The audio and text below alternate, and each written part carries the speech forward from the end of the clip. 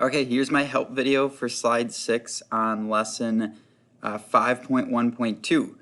And it's kind of the reverse of what we were doing, right? Generally, we have our angle, a missing side, and a side that's given. Here, they're giving us both sides and that missing angle. We need to find which angle goes with these side ratios. We've seen a little bit of this in chapter 4, and we take it to the next level here a little bit in part C. Okay, but for A and B, what I'm going to do is use my trig toolkit from chapter 4, okay, to help me figure out what angle needs to go with these ratios. So I'm thinking, okay, I see that I have opposite over adjacent, so this is some kind of tangent problem, and it has the ratio of 1 over 5, because opposite divided by adjacent gives me a ratio of 1 over 5. So I go to my trig toolkit, and I look for which one had a ratio of 1 over 5. Well, the 11 degrees here has that ratio. And so I can say, well, that must be an 11 degree ratio if I see that 1 over 5 ratio, or it must be an 11 degree angle if I see the 1 over 5 ratio. My apologies. So that theta equals 11 degrees.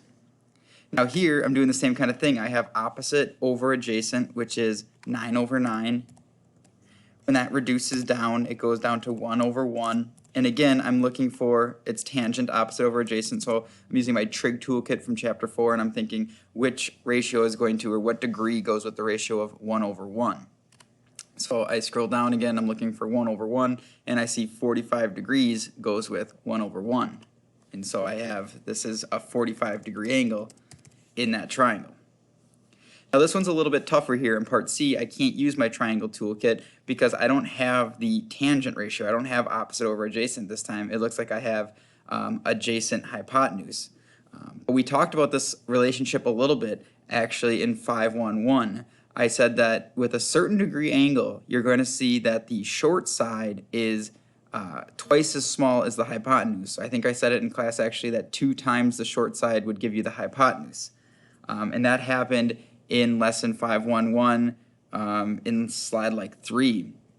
And what that angle is a 60 degree angle. Anytime we have a 60 degree angle in our triangle, we get this relationship where the short side is half as small as the hypotenuse, or the way I like to say it is 2 times the short side will give you the hypotenuse in this 60 degree triangle. We investigate 60, 30, 90 triangles and 45, 45, 90 triangles further later on. And so this is kind of an intro to that. And it's also intro to 5.1.3 lesson where we're going to find a method with our calculator to solve for these missing angles with any given side length of these triangles, any two, whether it's tangent, sine, or cosine. All right, hopefully the video helps and kind of understand what we were looking for here.